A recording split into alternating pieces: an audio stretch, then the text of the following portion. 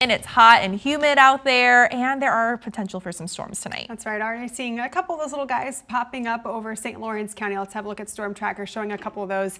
Not anything super widespread, so that's some great news that we can look forward to. But the problem is that even on a very localized scale, some of these could become strong or even severe. I do also want to point out that there's a little bit of sunshine showing up over portions of Vermont here or there.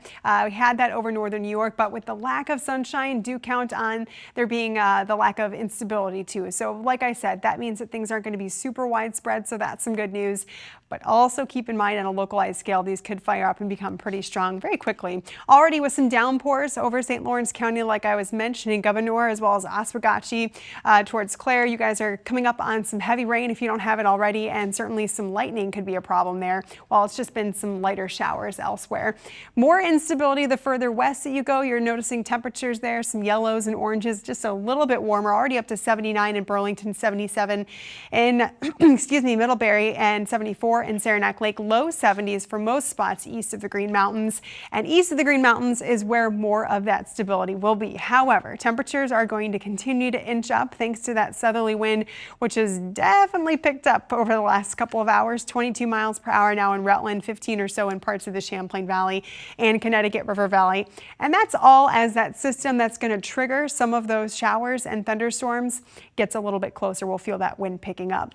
Now, as it gets closer, it's going to be pumping in not only the warmer air, but the moisture too. So you can already feel just that hint of stickiness in the atmosphere. You're seeing the greens and the yellows and reds just to our west. All of that is going to be heading in our direction. Here are those dew points.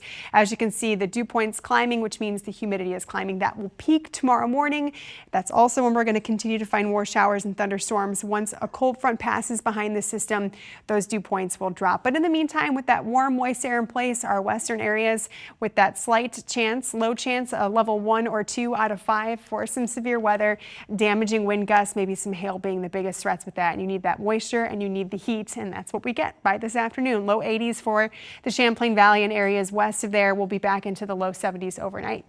Here are those little cells I was talking about. Some showers here midday, but towards this evening, as that moisture increases, you get a couple of those little pop-up thunderstorms. And again, that's what we're talking about with the potential for some of those to be strong.